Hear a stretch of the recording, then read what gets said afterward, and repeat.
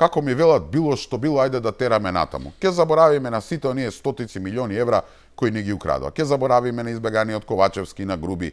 И сега ќе им веруваме дека СДСМ и ДУИ станале главни антикорупционери. Лоповот вика, патете го крадецот. Важат за двете најкорумпирани партии во поновата македонска историја и сега одеднаш преку ноќ сами себе се амнестираат и тврдат дека се поборници на антикорупцијската битка.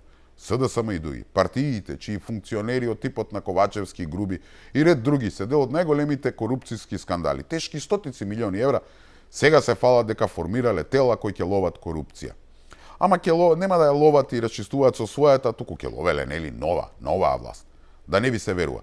Што, треба да заборавиме на марихуаната, на Соравија, на Лотарија, на ЕСМ, на Рек Битола, на Ковачевски, па и Рашковски, Груби, Парпарими и сличните на нив?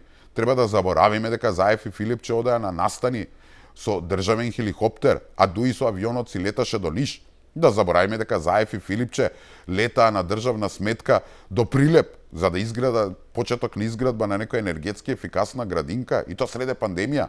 Се треба да заборавиме.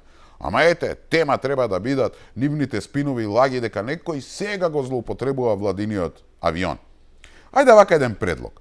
Судството нека процесуира еден од оние криминални предмети вредни стотици милиони евра. Кој било? ЕСМ, Рек Битола, Лотарија, било кој.